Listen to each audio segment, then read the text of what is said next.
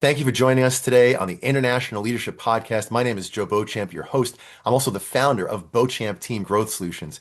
We provide leadership development strategy, training, coaching, mentoring, consulting on topics such as leadership, communication, personal growth, emotional intelligence, building a culture that is successful. Get all your team developed and growing in the right direction, rowing in the right direction, carrying the burden of your team so that your company can scale the way you want it to. Give us a call or shoot me an email and have your free introductory consultation. Thank you.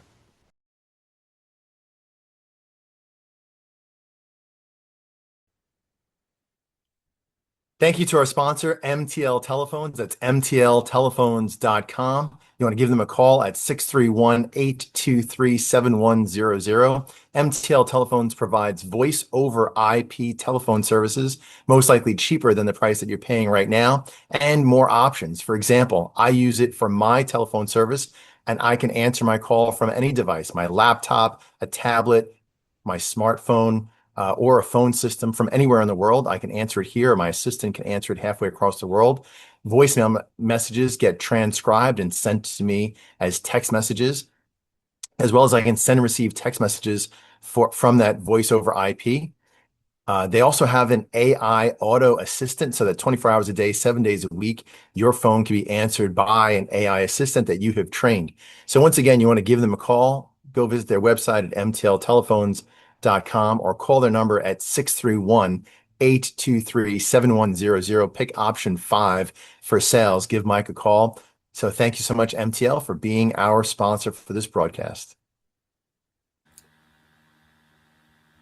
Welcome back to episode 18 of the International Leadership Podcast. My name is Joseph Beauchamp. I am your host for the podcast, as well as founder of Beauchamp Team Growth Solutions. Today, we're going to be unpackaging some of what I call Leadership Unleashed.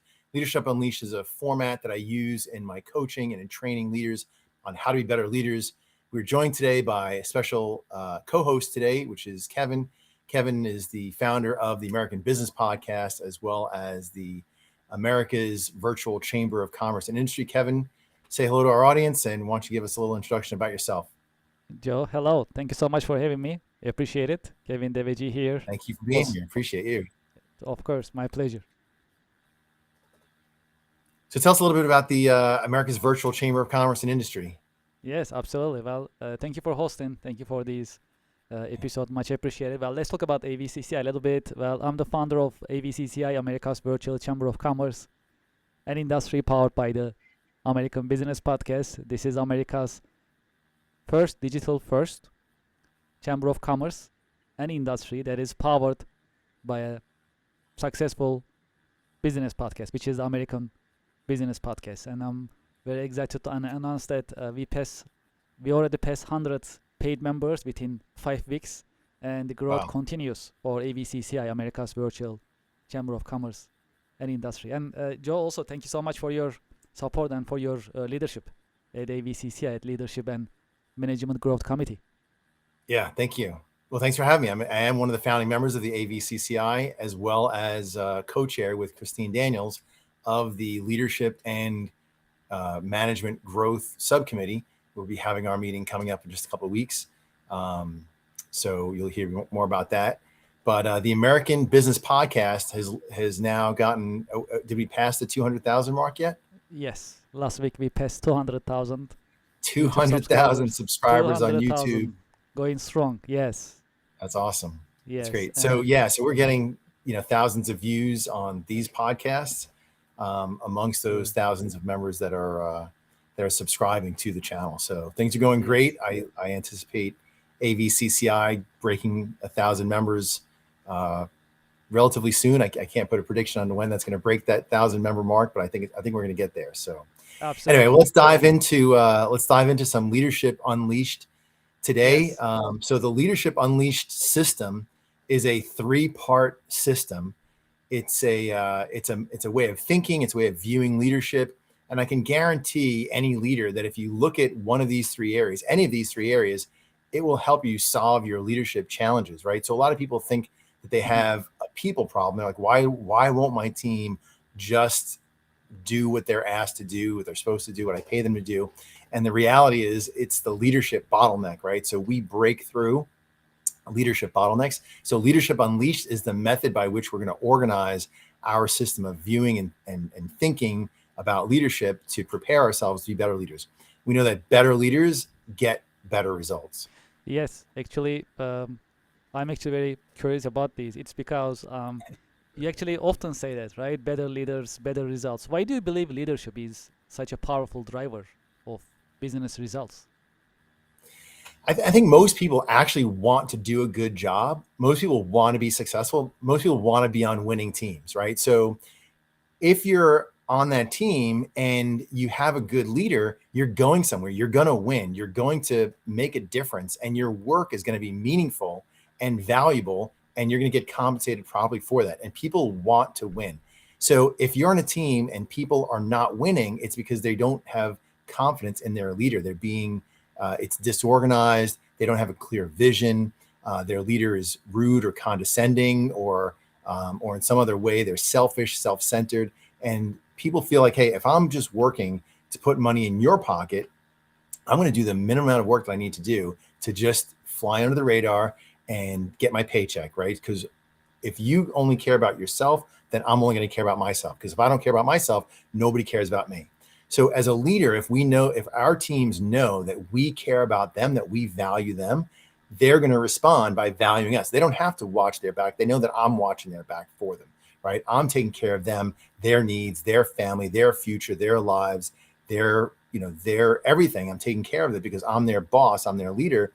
And then they can focus on making sure that our customers' needs are getting met, that their teammates needs are being met. So we've got a good community, we've got a good culture, we've got great teamwork. Everybody's working together in the same direction at the same time for the same mission, for the same purpose, and it's benefiting everybody. People get on board teams like that.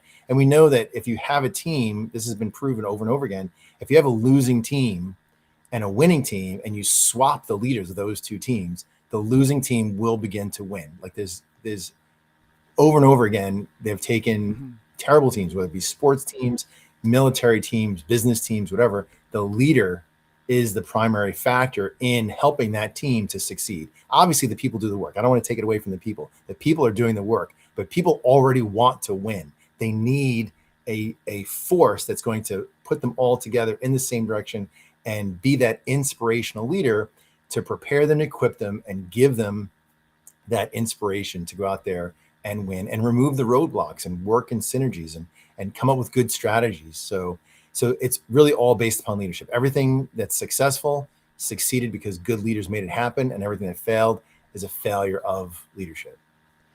Well, you have more than 3 decades of experience, and many organizations think they have a people problem. You often argue that they have a leadership problem. What do you mean by that? Yeah. So with, like I said before, the people really want to do the work, but they're being blocked, right? So everybody has a goal. Everybody wants to leave work thinking, wow, I did a great job today. I've served customers. I got stuff done. I took care of business. I served my teammates. The world is a better place because I showed up to work today. Most people are disengaged at work, right? So Gallup polls have done studies on this. Most employees are not engaged at work because they don't feel like they're making a difference. They feel like they're on a hamster wheel. Every day I go in and I just throw stuff around and nothing ends up getting done. All I do is put money in people's pockets. Listen, I don't really care. I just need to make my pay so I can pay my bills, so I can take care of my kids. So someday I'm going to retire. Or, I was at work. I was at location today, it was not work related, but these people were providing a service for me that I'm paying them for. And the person said, I can't wait till Friday. I'm like, that's terrible. It's Wednesday. Like, why are you looking for Friday? You just dislike your job. Like, she's seen, like, I'm trying to help her to calm down at work because she seemed frustrated when she came to deal with it. Listen, I'm going there to pay you a lot of money. Smile, be happy, be glad that you're making a difference in my life. That's why I'm going to pay you this money, to make a difference in my life. Be happy that you're there to help me. Right. But here it is on Wednesday, and she's telling me, I can't wait until Friday. I work Monday to Friday so that from Friday night to Sunday night, I could feel free and relax and do whatever. And then Sunday night, I start to be concerned about Monday morning again, when it's all going to start. I'm going to hate the rest of my life for the next 5 days. That should not be the work condition. And that's the result of leadership. So we know also that the number one factor that affects people's mental health is their boss. The number one factor influencing people's mental health is their boss. But if you ask people to list the people whom they trust the most, the boss almost never is on that list, right? Always going to be mom or dad or siblings or best friends. The boss is never on there, but we're giving our mental health to our boss. We're saying, hey, boss, use my brain, even while I'm not here, affect my mental health 24 hours a day, 7 days a week, 365 days a year, affect my mental health. But I just don't trust you, but I am entrusting with my brain. It doesn't make any sense. So we need good leaders lead properly. And they get better results with their teams. If your team is not getting the results you want, if you enhance your leadership through one of these 3 pieces of Leadership Unleashed, you will get better results with your team. That's a guarantee. The first part that we're going to talk about today is really inspiration, being an inspirational leader. So Leadership Unleashed consists of 3 parts: inspiration, activation, and transformation, right? Inspiration, activation, transformation. So being an inspirational leader activates your team. It inspires your team. It energizes your team, right? Activation has to do with giving them that strategy to win. So, but if you don't have energy, if you don't have motivation, right? If you're not inspired, you're not going to run the plan to be activated, right? So there is no activation without the inspiration, which is why inspiration comes first. Transformation is when we get into more of that coaching aspect of leadership, right? So we're going to talk about that in future episodes. Today, we're just going to really focus on how to be an inspirational leader. And I just want to let everybody know, like, we think about, okay, this person is very inspiring. Wow, they have a gift, right? We tend to be enamored with talent. And everything that we're talking about today is a skill that can be developed. Nobody is good at any of these things without working on developing them. So you might be terrible at inspiration, but you can be an inspirational leader. Everybody can move the needle forward, becoming a better, more inspirational, more motivational speaker who energizes their team, their employees, their coworkers. You can even energize your boss. You can energize people around you. You can energize your employee, your customers. You can energize your suppliers, your partners, whoever it is. You could be that type of energetic, enthusiastic person who provides energy to the people around you in the form of inspiration. So these are all skills that can be developed. Well, as you know, nowadays World Cup is happening. A lot of teams, a lot of motivation, a lot of inspiration Yeah. going on, and we also see great leaders in those teams when we think about it. And, Yep. and those teams, they win. Yes. Yeah. There's no winning team that doesn't have a winning leader. That's it. It just doesn't happen. Absolutely. Now, I've also heard that coaches say, listen, it's easier to coach a team of good players, but the coach really is what makes the difference, right? So having good leadership on a team is really a winning formula for success. Absolutely. Well, let's talk about purpose and vision. Why is purpose so important for leaders today? That's a great question. So when people are living for a purpose, that's like the highest motivation, right? So people think that, hey, my team is working for a paycheck, but that paycheck doesn't even really mean anything. That paycheck means that the employee can live his or her purpose, right? So my purpose might be taking care of my kids, taking care of my wife, building a future, taking care of my family, doing those things. That's why I feel like I'm here. I'm here to do a difference. I need money to do those things. Therefore, I'm going to work a job, right? So So everybody works for a purpose. If I didn't need to take care of all those people, if I didn't have that purpose, I wouldn't need the money, right? So maybe I'd do something else in my life that wouldn't make as much money, that might give me more fulfillment and purpose, right? So we see that the highest level of motivation, of inspiration, is really this self-actualization, living for a purpose. And a lot of people don't realize that they're here for a purpose. There's people on this that we have this purpose of interacting with and inspiring, growing, developing, helping those people to have better lives, right? Helping them to heal, helping them to, whatever it is, whatever job that you're doing, your purpose is to add value to the people around you, whether it be customers or suppliers or whoever else, right? So seeing that job as fulfilling a life purpose is part of being an inspirational leader. If we can't tie the business into some kind of higher purpose, then we're not going to inspire our team. It's if leaders talk about dollars and cents, hey, we want to grow our company to be $10 million, $100 million, $1 billion.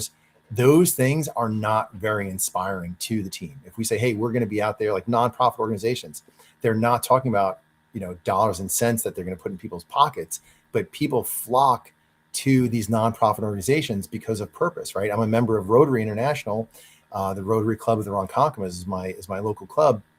And we're constantly doing stuff. There's people actually right now feeding hungry people, making dinner and feeding hungry people right as we speak right now, and not getting paid for it. They're volunteering their time because they see the purpose in it. They find value, this internal fulfillment by going out and serving other people. They're making a difference in people's lives. So purpose is inspirational. And so as a leader, like you've got to be able to you got to know what your purpose is, and you have to be able to articulate that to your team.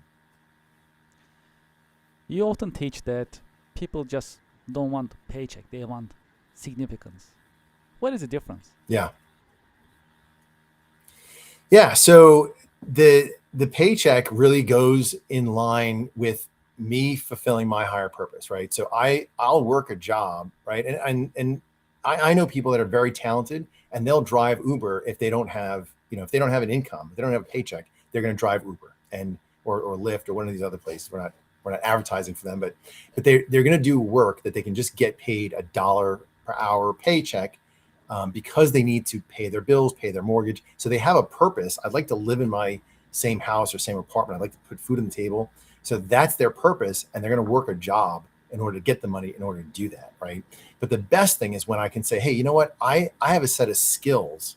I'm actually very good at certain things. I could really help. Like the best use of my time is not driving Uber. The best use of my time is to lead other people, to train, to coach, to develop leaders, right? So for me, my purpose is developing leadership skills in other people, helping other people to find their purpose and equipping them with the skill set in order to be able to achieve those higher purposes for their lives. Could I drive Uber? Absolutely. Could I mow lawns? Can I lay bricks? Can I build homes? Can I dig ditches? I can do all those things. But I choose to do what I do because I find this greater sense of fulfillment in it. Right. So people want to live for a purpose. That's like Simon Sinek says about, find your why, or start with why. That why is a higher purpose. And customers want to know that we live by that purpose too. Right. So, I use this example the other day of like, you could be like a local deli. Right. So the local deli, I think, I make sandwiches. I provide food and drinks and bagels and egg sandwiches in the morning or whatever kind of stuff. I just feed people. Right. So that could be your basic level of purpose, but you might want to think about it as, you might want to elevate that purpose, right? So why are we feeding people? We're feeding people so that they could be properly equipped to do their role, right? So people that are coming in might be police officers. And if I give them a great experience when they come in here, they're going to be better equipped to go out there and solve crimes, keep us safe. They could be doctors or lawyers that are in here helping people save their lives or save their homes or do whatever kind of thing that the lawyers are contributing to society, right? Or whatever our customers are doing, we are serving them to put them in their best state that they can go and serve their people around them. I once had a job that years ago in management back in actually the late 90s. And I remember a customer calling and saying, hey, can I just, like, their service was delayed.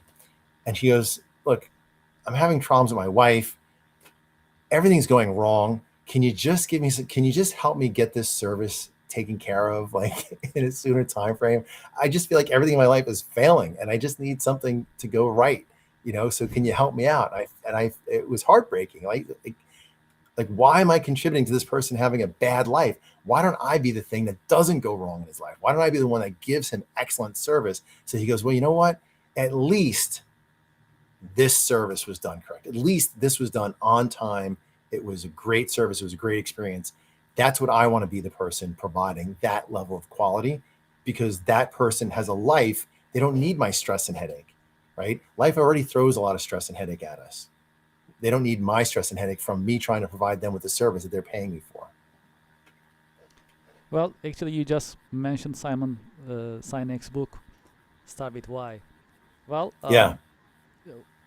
he says people don't buy what you do, they buy why you do it. How does that apply inside Yeah. an organization? Yeah. So customers want to know that you're valuing them and that you're doing it in order to elevate their lives, right? If I think that you are out in business to just put money in your pocket so that you can live on a yacht and take fancy vacations and have expensive jewelry, that's not really motivating for me to be your customer, right? But if I know that your purpose is to add value to my life, that really truly you as the business owner and the culture of your team is one of elevating my life and adding value to me. If I know that you want more for me than you want from me, that's going to help me to want to engage with you. I'm going to say one other thing as a leader. People don't even necessarily buy into your idea. They're going to buy into you, right? So people buy into you as a leader first. You can have two people that everything looks identical.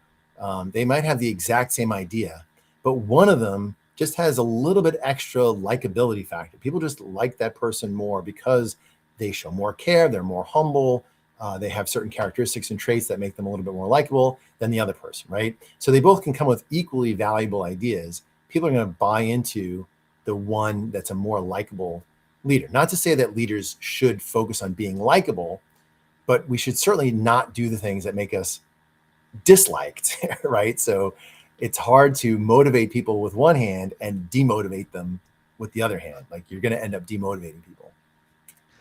Well, you often talk about emotional fitness. What is the difference between emotional fitness and emotional Emotional intelligence? intelligence. Yes. I even mix it up sometimes, so Yeah. I had to take a look at my notes. If you can just elaborate, I'm sure it's going to be very educational for the audience. Yeah. So emotional intelligence is an idea that was put out by Daniel Goleman back several years ago. There's plenty of books on it: emotional intelligence 2.0, working with emotional intelligence habits, all great books. Highly recommend them all. But when you ask somebody about emotional intelligence, everyone's going to raise their hand and say, yes, I'm emotionally intelligent. But the reality is it's more like fitness, right? If I ask everybody, hey, who here is fit? People are like, oh, I'm fit. Who here can run a marathon? Not a lot of people raise their hand when I ask who can run a marathon.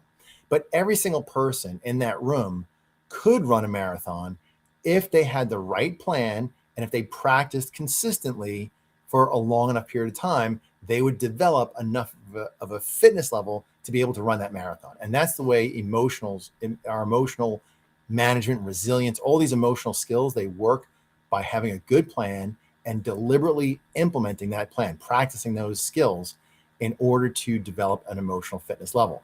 So nobody runs a marathon haphazardly, right? You know that you practiced to run a marathon. Maybe David Goggins did, but other than that, most people don't just get up one day and go run a marathon.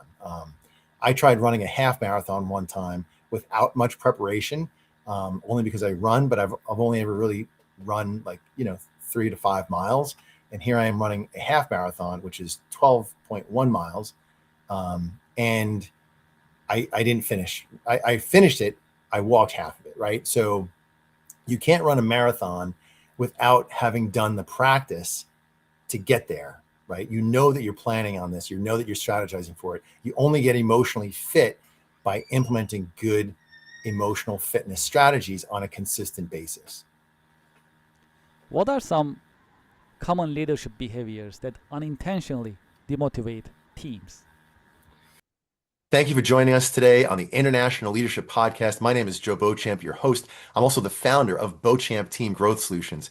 We provide leadership development strategy, training, coaching, mentoring, consulting on topics such as leadership, communication, personal growth, emotional intelligence, building a culture that is successful. Get all your team developed and growing in the right direction, rowing in the right direction, carrying the burden of your team so that your company can scale the way you want it to. Give us a call or shoot me an email and have your free introductory consultation. Thank you.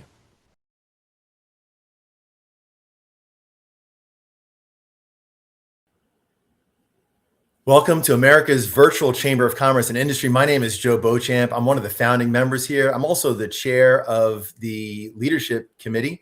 I'm here to help leaders develop strategies. My company is Beauchamp Team Growth Solutions. We help business owners and business leaders to develop their leadership skills, the leadership skills of their team. We know that better leaders get better results, and we provide that leadership strategy, training, and education for business leaders to run their companies better. Hope you can join us at the America's Virtual Chamber of Commerce. I look forward to seeing you soon.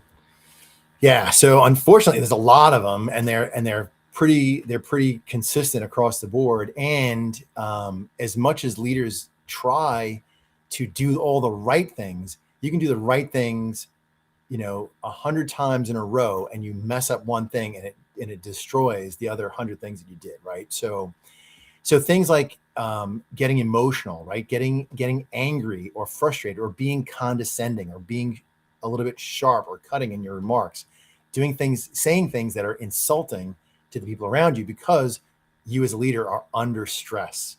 Okay. And so nobody wants to work for a leader who cracks under pressure. Like, we don't want to see people that are emotionally off the hook. We want to see our leaders being stoic. We want to say, okay, no matter what kind of crazy stuff is going on, this leader is consistent. They continuously march forward with their purpose. They're not swayed from side to side with the winds of activity that are going on in their business, finances and customers and politics and numbers and data and whatever other kind of stuff is happening, right? They're not swayed by that stuff. They're mission focused. We want leaders that are emotionally stable. So other things are things like micromanaging. Like, I don't trust my team, so I'm going to be involved in any autonomy. Those are very demotivating, right? So if I demotivate my people, they're going to get frustrated. When they're frustrated, they're like, okay, you know what? I'm just going to do what you tell me to do. If I tell you to do A, B, C, and D, you might know, because you're the frontline worker, you know that A, B, C, D is not the best way to do it. But A, B, C, D is the plan. I told you to do A, B, C, D. Well, I don't want to get in trouble. I'm just going to do A, B, C, D. That's it, right? So that's what we want to try to, we want to prepare our team. So the flip side of that, I've had so many leaders, they go, oh, I try to delegate to my team. I gave them this, that, and the other, and it all fell. It all just fell to the ground, right? I had to go pick up the pieces afterwards. I'm like, yeah, you didn't delegate. You just unloaded, right? You just unloaded to your team. You didn't prepare them for success. You didn't make that person a successful carrier of that load. You just handed it off. That's really irresponsible, and it's not good leadership. So how do I prepare people to take on a responsibility and then let them handle it, right? So, we've heard stories of a good leader that, they come into a place and somebody on the team is like, hey, boss, I really want to run this by you. I want to ask your opinion on this. And like, wait a second, is this your best plan of action you can consider? Yeah. Okay. I trust you. Go run with it. Right. It's a huge value add for your employee to be like, hey, I trust you. You're a professional. You're in the front line. You know this better than I do. You can run with this. I trust you. I believe it. I've got your back. Right. You can't just hand it off to an employee like that. You have to understand that employee is living by your core values, which is why core values creates the culture. And that's so important as a leader. If we're developing that as a culture of our team, we know that the person's going to do the right thing because they're making those decisions based upon good core values that are in line with the company's core values. Going back to emotional fitness, what practical habits help leaders become emotionally fit? Yeah. So the first thing I'm going to say is, like, start getting some books. I always recommend books. I was talking to somebody today who was mentioning that his life is different today, very different today. He's an entrepreneur. He's doing amazing things. And I met him several years ago when he was at a summer, what he considered to be a summer job. And I inspired him to think more about that, not as a summer job, but as a stepping stone into a future career. And it became that stepping stone. And I recommended some audiobooks to him, and that developed him as somebody who's listening to audiobooks on a regular basis, which helped his mindset to grow. And now he's an entrepreneur. So very proud of this person. Maybe he'll be on the podcast one of these days too. So in any case, so, get good at practicing emotional fitness strategies, right? So listen to audiobooks, do things that'll help you to develop these skills. So just some quick basic stuff that I can just give you right away. This is the foundation of an entire book on emotional fitness, which will be coming out hopefully in the next year, let's say. Have my leadership, but emotional strategies. The number one thing to do is always to pause. Just stop focusing on the stressful thing. Stop regurgitating all the stressful stuff inside of your head. Whatever offensive thing was said or done to you that you feel like you're under attack, just stop thinking about it and just let the cortisol level in your brain go down, right? So once the cortisol goes down inside of your brain reactivates your prefrontal cortex. The prefrontal cortex part of your brain is responsible for problem solving. It's getting shut down by the cortisol. Cortisol activates your limbic brain. Your limbic brain is going to strangle the blood flow to your prefrontal cortex. So you can't even be a good problem solver. You can't even think logically when you're emotionally triggered, right? So the number one thing to always do under any kind of stressful situation is to stop, to breathe, look out the window, look at a happy picture, play with the dog, play pool, tennis, go for a walk, go to the bathroom. You might not have enough time to do this, but anybody can be like, excuse me, I need to use the restroom for a minute. And just go use the restroom. Wash your hands, wash your face, count to 10, whatever kind of thing. But the idea is you want to allow the cortisol in your brain to get digested by your brain so that you're not in this overly stressful situation.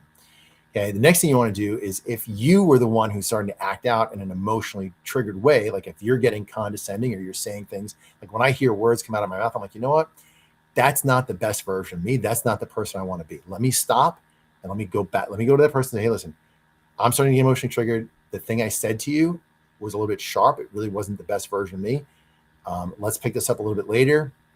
I'm sorry for sounding, coarse to you or offensive, or for raising my voice, or for getting agitated. I want to make it transparent to that other person, because once I start getting emotionally triggered, I'm now going to trigger that person. So I need to de-escalate that person. I need to de-escalate myself. And so the apology, that transparency, is an important step to that person being like, okay, you know what? Joe was being kind of a jerk, but he realizes it. He apologized for it. He's going to do better for it. He's only human. Let's calm down the situation. Okay. So those are some simple steps to take. I would also recommend, if you're in a stressful job, to regularly consider things that benefit your mental health, which are tied to your physical health. Things like taking walks, exercise, getting proper sleep, eating healthy foods, drinking plenty of water. Don't do things like drugs or alcohol. I don't understand why people drink alcohol when they're upset, because alcohol is in itself a depressant, and it's going to slow down your prefrontal cortex, which is the part of your brain that solves problems. So why do you want to intoxicate your brain when you need it to get out of the situation that you're in? So, so no alcohol, no drugs, proper sleep, exercise. Exercise is probably the number one thing that you can do to reduce stress hormones and good healthy hormones in your brain. Things like yoga, meditation. Take your shoes off and feel the ground under your feet. Go outside, walk around. There's lots of different things you can do to what you want to do is you want to lower that stress level by doing fun, engaging, active things. Include fun into your workday, right? Literally do things that are fun, that make people laugh.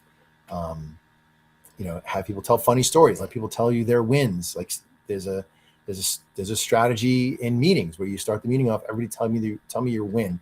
Tell me a personal win and tell me a business win since our last meeting. And then, my daughter graduated college That could be my personal win, and then my business win might be we landed, the Smith account, right? So, thinking about wins, celebrating, right? The only place, one of the things that Brandon Dawson says about business, the only emotion that's valid to be expressed in business is celebration, right? That's the only valid emotion. Any other emotions that you're experiencing, sadness, frustration, resentment, all those other negative emotions, we should be able to manage ourselves in a way emotionally. That's where emotional fitness skills come in to be able to reduce that.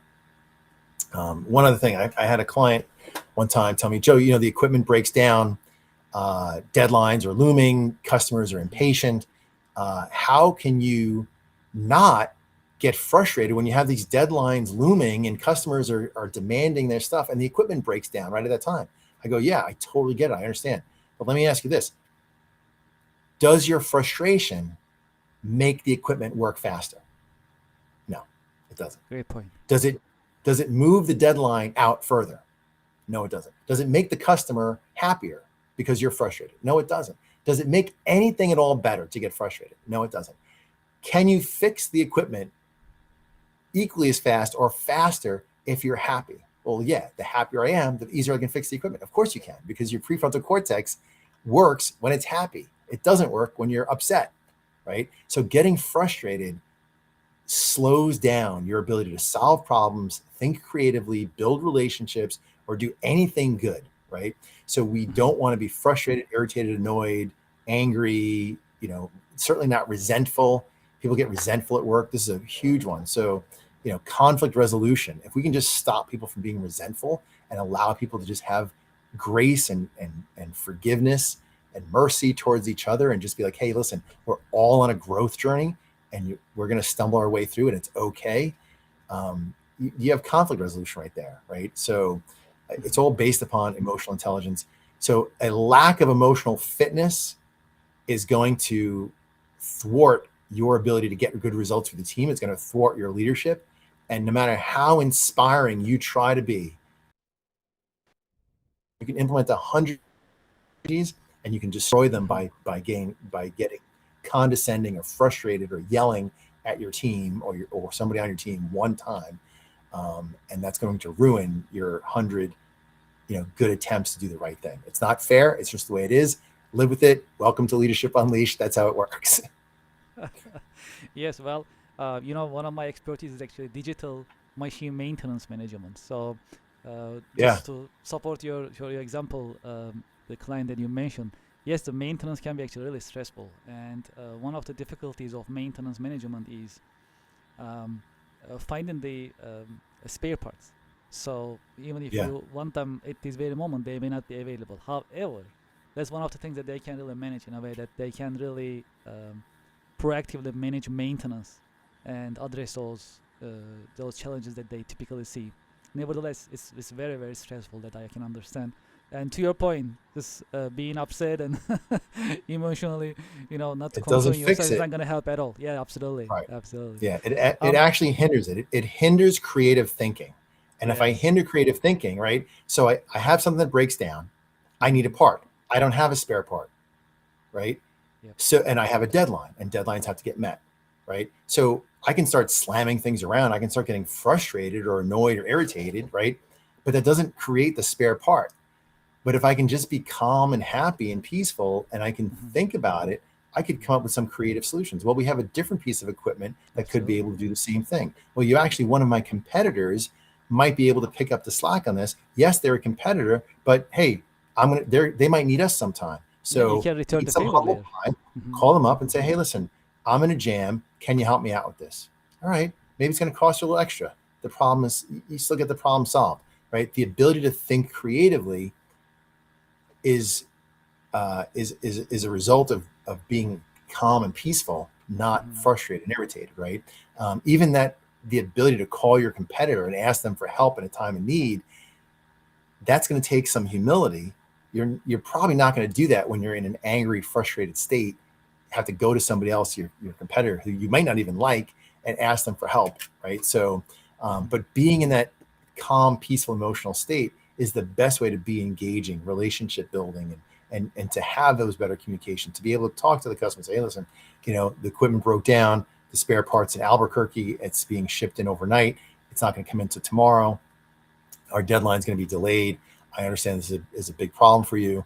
We're doing everything we can to fix it. But this is where we're at right now. Like those kind of conversations, they're hard, they're difficult, but you're going to do it better when you're in a better emotional state than when you're flipping out. So Psychological safety. Many leaders think psychological safety means lowering standards. What does it actually mean?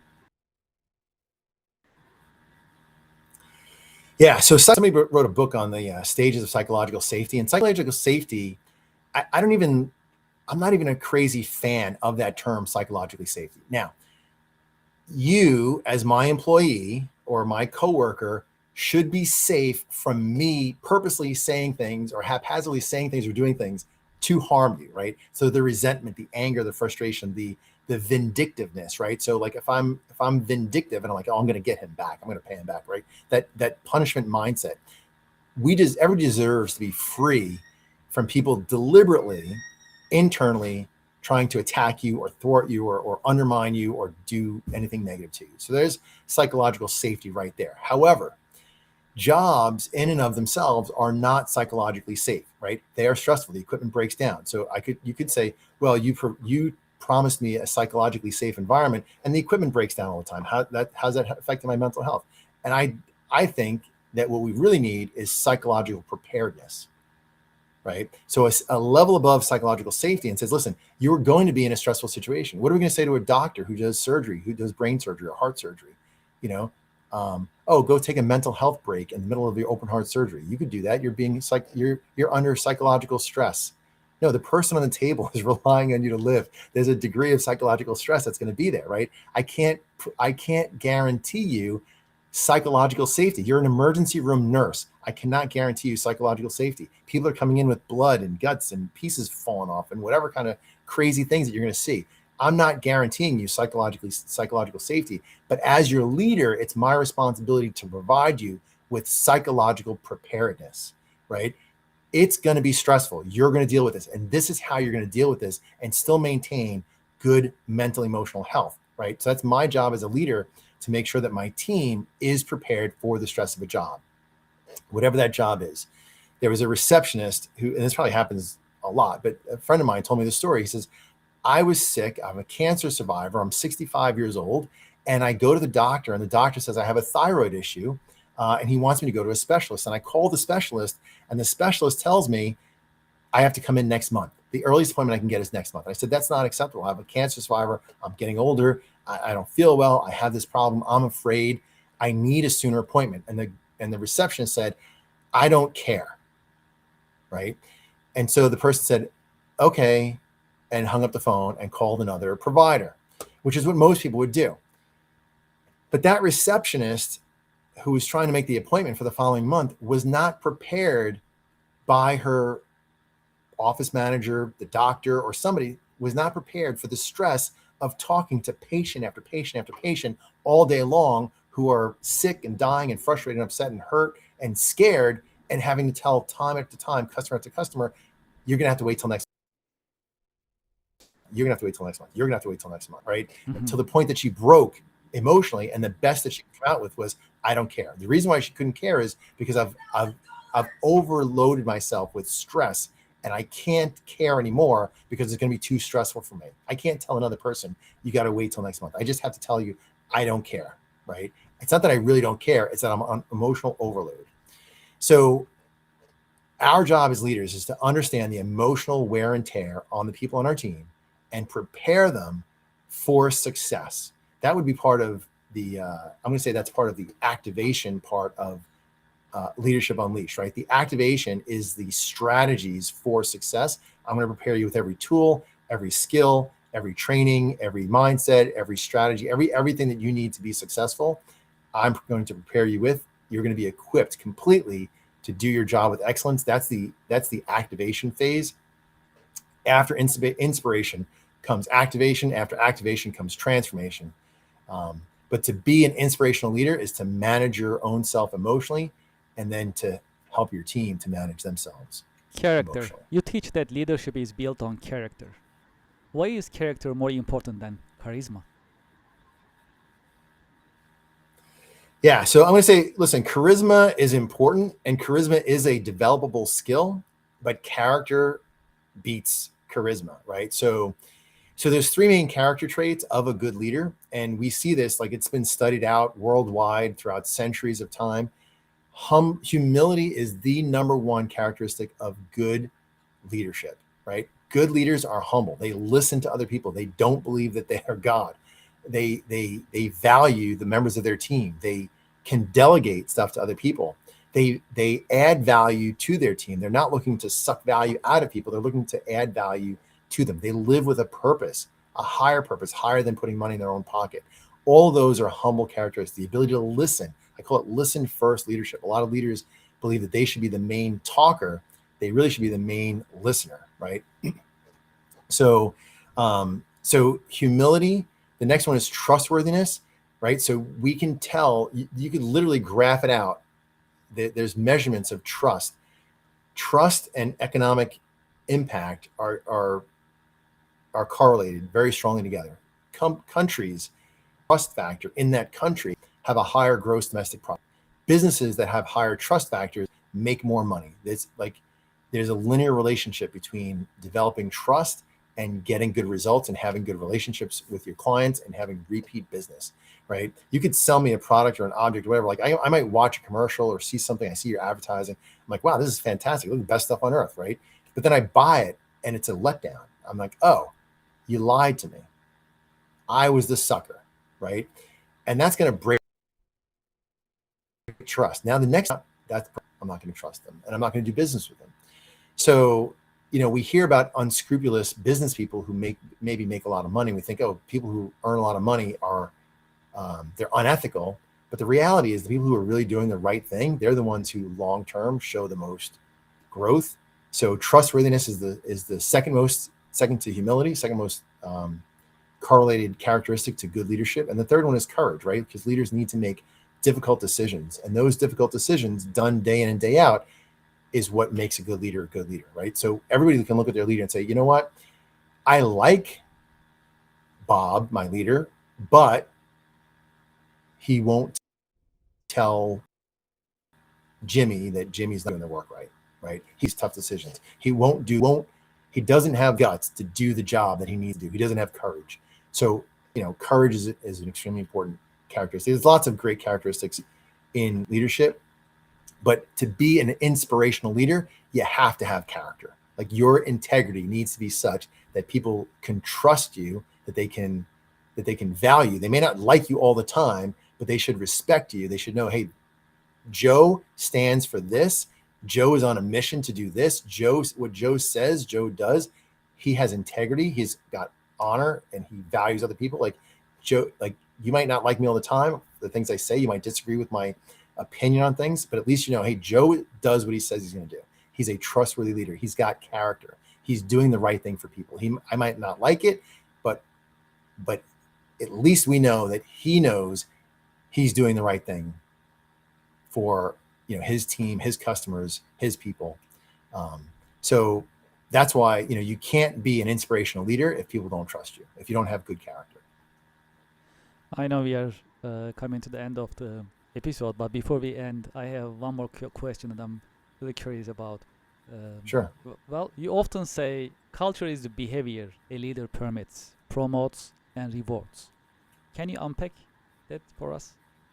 Yeah, absolutely. So culture is a huge component in inspirational leadership. Now, culture is now the behavior of the entire team, but it's run by the leader, right? So everybody infuses their culture into the culture of the company, right? Anybody can bring toxicity into the culture. They can bring in their bad attitude, their wrong belief system. They can bring in any kind of random thing that comes in. Everybody contributes to the culture. So it's up to the leader. And this is so frequently missed because leaders, especially entrepreneurs who built their company from the ground up, it was easy to develop a culture of a team when it was you and the three people that you hired, right? When you had a 5-person team, when you had a 10-person team, culture was easy because everybody, you lived and breathed your company day in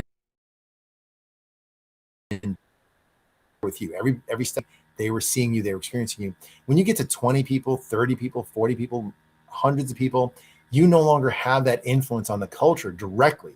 So you as a leader need to deliberately instill culture into your team. Every new hire, every onboarding process, everybody everywhere in the company, all marching to the same set of core values. Those core values get played out decision by decision, day after day, behavior by behavior. You can tell what people believe by looking at what they do, right? So we often will see the core values written on a list posted up on the wall somewhere, but that list on the wall isn't what I see day-to-day behaviors. So what we want to do as a leader is not only are you going to inspire your team to adhere to these core values, you're going to make sure that your hiring practice, your onboarding practice, your interviewing practice, everything, your advertising, your marketing, everything is in line with this core value system. That core value system is the foundation of the culture of the organization. Everyone that gets promoted because they are great at demonstrating those core values played out decision by decision, behavior by behavior, right? So everybody who gets celebrated because they are demonstrating those core values, right? So if I have, let's say, Mark and Jill that are both salespeople and both of them sell a record number of products in that month, right? I'm not going to celebrate them for making the most product sales. I'm going to celebrate them for demonstrating the best core culture values, right? So if one of them demonstrates those values better, that's the person I'm going to celebrate, because anybody can make sales in a month and be unethical. But in the long run, that's going to downgrade my company. It's going to downgrade my perception in the community, and my clients are going to, they're going to back out eventually because of that. So I want my people to adhere to a good set of core values and live it day by day, breath by breath, decision by decision, interaction by interaction, living out those core values. Now, core values need to be directional. You're creating a culture that is flowing in a certain direction, like a river, right? So if you create that core value system, that culture that's flowing in the direction of your mission, then anybody that jumps into the river is going to flow in the direction of your mission, right? What's going to happen is, if a leader doesn't deliberately create that system, let's say they forgot some core values. They didn't think about those core values. They just underestimated them, or they just lost track of them. They weren't paying attention. Whatever it is, the river is going to start to twist sideways, right? The culture of the company is going to start to move in a different direction. Now we have resentment. Now we have some unethical behaviors. Now we have some people that aren't focused on results. They're not focused on customer service. They aren't doing mental health type things that are helping them to be self to their customers, or whatever it is. They're complaining, they're backbiting, they're, any number of things. And now our culture is now going sideways. It's kind of toxic, and people don't like it, and people are disengaged. And so when somebody goes in that river and tries to go in the right direction, the river is dragging them sideways. So that's why it's so important for the leader to develop the culture in the right direction and to maintain it. It's one of your core values. It's one of your core responsibilities as a leader, is to make sure that that river keeps flowing. The culture is flowing in the direction of your mission, right? So hence the purpose, which is going to lead to your vision. It's going to lead to your mission, and that's going to help you create those core values, which are going to lead to your culture. So all these are part of being an inspirational leader. If you can keep your eyes on that vision, if you can define your mission, if you know your purpose, if you keep the culture in alignment, those cultural values, if you adhere to the core character principles inside of you, and if you can do these emotional fitness strategies to help yourself to maintain a proper emotional state, then you can be an inspirational leader, and your team will now be energized to move in that direction. That's not enough. There's two other pieces of that, right? There's the activation and the transformation, but at least they're going to have the energy. They're going to have the motivation to move in that direction. And before we drop off, I just want to mention one other thing. There's a difference between motivation and inspiration, right? I can motivate somebody from the front, or I can motivate them from the back. And what I mean by that is, I can say, hey, Bob, if you make these sales, you'll get this income. That's going to be the carrot dangling in front of the animal and that person's going to want to move forward towards the reward, right? I can also motivate them by saying, hey, Bob, if you don't make these sales, you're fired, right? Or I'm going to transfer you over to Albuquerque or some other place that you don't want to be in, right? No offense to anybody listening for Albuquerque. I don't even know where that is, but it's just not here, right? So in any case, so there's the punishment, right? So you can motivate people through threats, through aggression, through anger, through frustration. I call it, if you're trying to motivate people through being angry, like, oh, I don't want to make the boss angry. You're doing emotional manipulation. Stop doing it. It's damaging your business. You're not getting long-term results by doing that. Call me up. I'll help you out. So you can motivate from behind, but you can only inspire from in front, right? If I'm motivating you through threats, right? If you don't do this, you'll get terminated, demoted, punished, right? There's a punishment mindset there. If I'm going to punish you into behavior, that could motivate you, but it's not sustained. You're only going to do it if you're going to get caught. Like you're only going to follow that leadership to not get caught doing it. If I'm out of town and you know that you can we're going to get away with it. If I inspire you, if I can help you think higher about it, you now transform yourself by identity. I now no longer identify as a person who doesn't get these results. I now identify as this type of individual. I do that day in and day out. I'm not going to lose that just because you're away, because it doesn't matter. I identify as a person who adheres to these core values and lives according to these standards and achieves these kind of results. This is what I do because this is who I am. I'm inspired. I'm an inspired employee.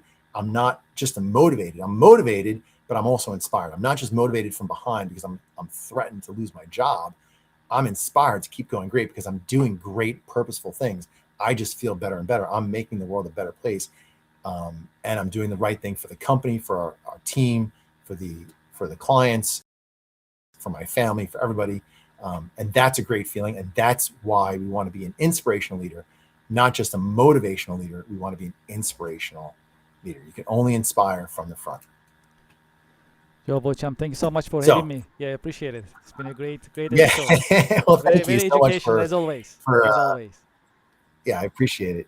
Well, Kevin, thank you so much for co-hosting with me today, pleasure. for asking me these questions and helping me to articulate the parts to Leadership Unleashed.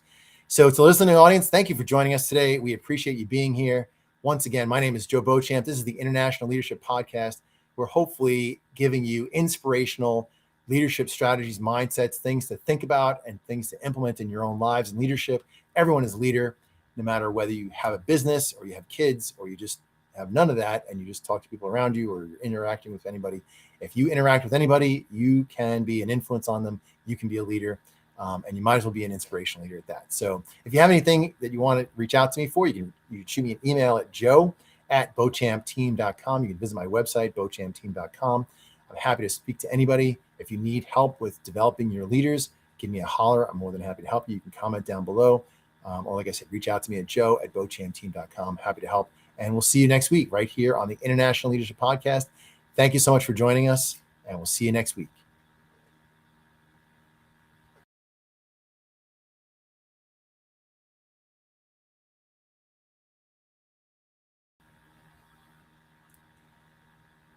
I want to introduce you to Live to Lead Long Island. Live to Lead Long Island is a full-day leadership conference. It's hosted by myself, and we have some other great speakers there. John Maxwell will be attending virtually through pre-recorded video, but there'll also be some live speakers there. And it's a day full of inspiration, leadership strategies, life strategies. You will develop yourself as a leader, as an overcomer. My goal is to cram pack as much value into that day as possible. I want more for you than I want from you. You will walk away with tools and tips and strategies that you could use right away to start implementing in your life to get better results with your team, with your family, with your personal self. It's made for everybody, whether you're the multi-billion-dollar leader of a multi-billion-dollar company or whether you're a startup entrepreneur, solopreneur. There is value there for you. So great networking. It's on Hop Long Island. It's coming up January 22nd. It's a Friday. It's a full day, 8 a.m. to 5 p.m. event. Cram packed. You're going to get a delicious breakfast, lunch, plenty of opportunities to network. It's going to be a lot of fun. There's music, there's dancing, there's There's tools and tips and strategies, everything leadership based. You're gonna have a great time. Check out the website, live the number 2 lead, LEAD, LI for Long Island.com, live to lead li.com. The QR code is down below. Check it out. Register today. If you're interested in being a sponsor, click on the link down there and request sponsorship packages. We're happy to have you as a sponsor. We're selling tables at a discounted price. So sign up today. It's not too soon. January 22nd, it's a Friday, full day event. Live to lead Long Island. Talk to you soon. I'm looking forward to seeing you there. Thanks.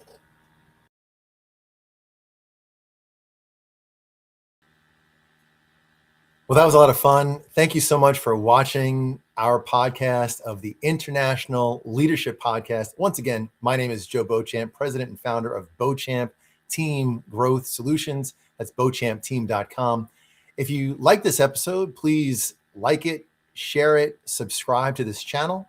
If you're interested in being a guest or a sponsor of this program, please give me an email at info@beauchampteam.com. I'm more than happy to talk to you about it and discuss options and how it can work something out for everyone to win. Thank you so much. Looking forward to seeing you soon. Bye.